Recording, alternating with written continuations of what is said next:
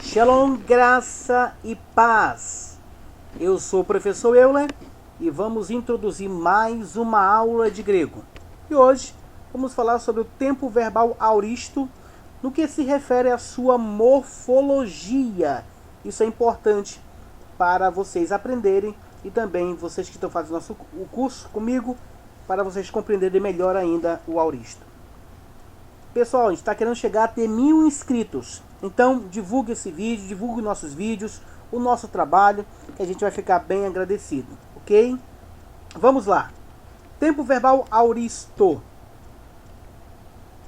E hoje vamos falar sobre o segundo auristo do modo indicativo. Lembrando que, de acordo com os gramáticos, existe o primeiro auristo e o segundo auristo. O primeiro auristo é o auristo sigmático. O segundo auristo é o auristo assigmático. O primeiro auristo, ele utiliza o sigma como característica do seu tempo.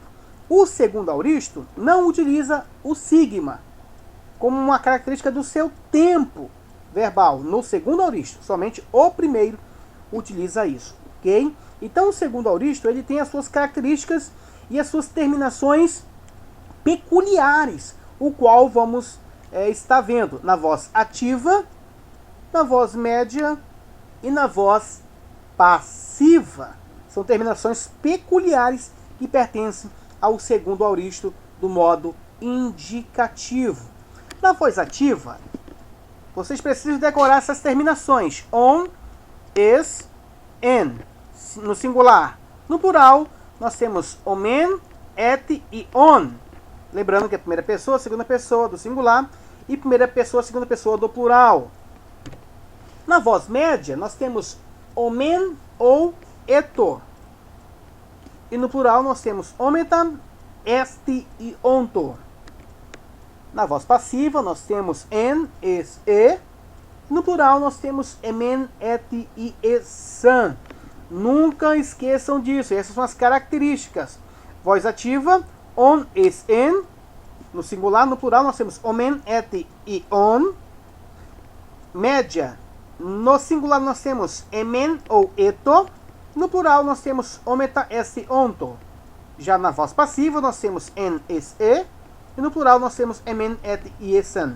Por ora, vamos falar somente da voz ativa e fazer na verdade, entender a sua morfologia.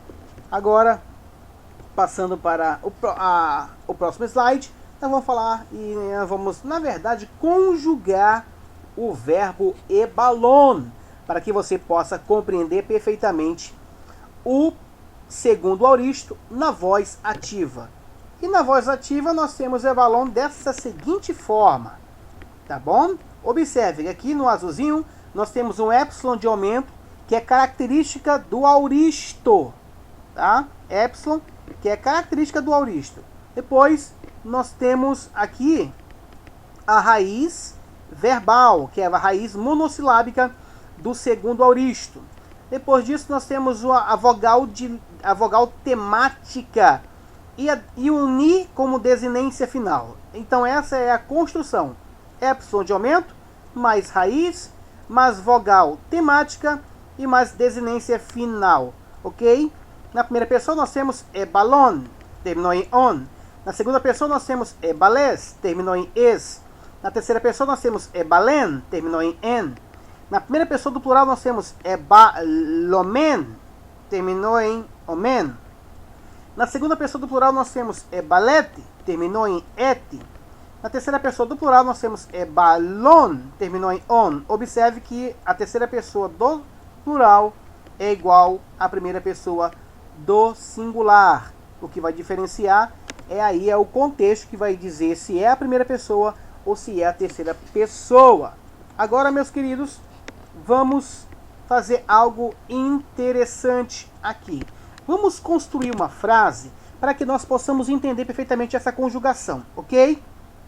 Eu vou utilizar a primeira pessoa, tá? Ebalon. Ebalon. O que significa ebalon? Eu lancei, tá? Eu lancei o quê? Eu lancei ton liton. Eu lancei a pedra. Então, já dada a informação, eu poderia utilizar a segunda pessoa do singular, a terceira pessoa do singular e também a forma plural. Mas eu utilizei aqui o singular. Ebalon ton liton. Eu lancei a pedra.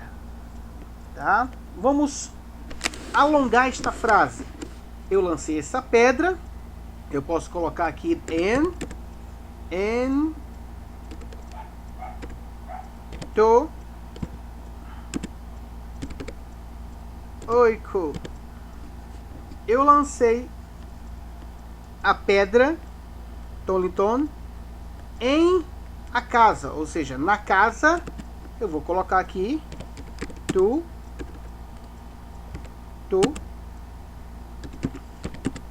Petru. Eu lancei a pedra na casa de Pedro. Tu oiku. Ok? Eu lancei a pedra na casa de Pedro. Então, perfeitamente. Tá? Dado a informação. Todo na primeira pessoa do singular. Olha o verbo aqui. Eu poderia também utilizar, tá? O verbo no plural. Tá bom? Ebalomen. Poderia utilizar eba. Omen. Ebalomen. Nós lançamos o quê?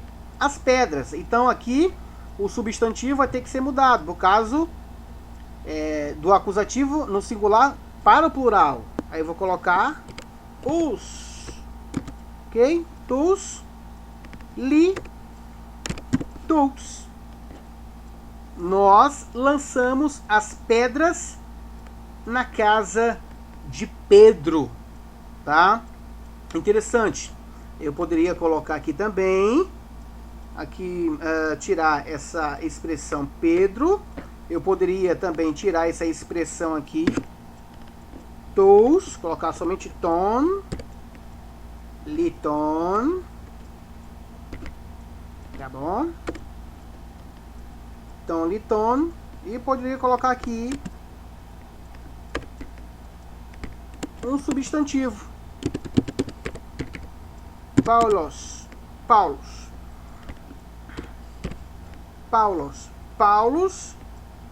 Aí eu tenho que mudar o verbo. Aqui tá no plural, primeira pessoa do plural. Eu tenho que colocar aqui na terceira pessoa do singular. Tá bom?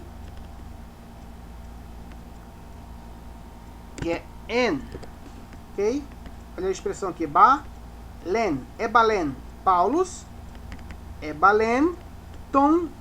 Liton. Ento oiko.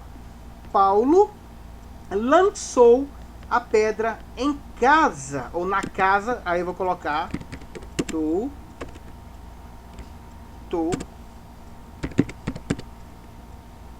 Petru. Paulo lançou a pedra na casa de Pedro. Olha só, Petru. Paulo lançou a pedra na casa de Pedro. Está dado a informação, meu querido. Viu como é simples? Viu que a gente pode classificar? Paulos é o substantivo no nominativo, que é o sujeito da frase. Nós temos o verbo na voz ativa, na terceira pessoa do singular. Nós temos aqui o substantivo ton, liton, no masculino, que é o gênero masculino, tá bom? No caso, acusativo. Aí nós temos aqui a preposição dativo, junto com o substantivo também com seu artigo no dativo. E nós temos o substantivo no genitivo, junto com o seu artigo, tá bom? Que é Petru, que é o substantivo no caso genitivo. Ok? Então, Paulus ebalenton liton ento ekutu Petru, ou seja, Paulo lançou a pedra na casa de Pedro. Perfeito? Então, querido, simples, rápido e fácil. Futuramente, vamos falar sobre a voz média e a voz passiva. Para vocês aprenderem mais um pouco, você pode consultar a gramática de Laurence Stélio Rega, aí no capítulo 16, capítulo 17 e capítulo 18, que vai dar mais uma ajudinha para vocês entenderem aí a morfologia do segundo auristo na voz ativa. Meus queridos, um grande abraço a vocês. Até a próxima aula, se Deus quiser.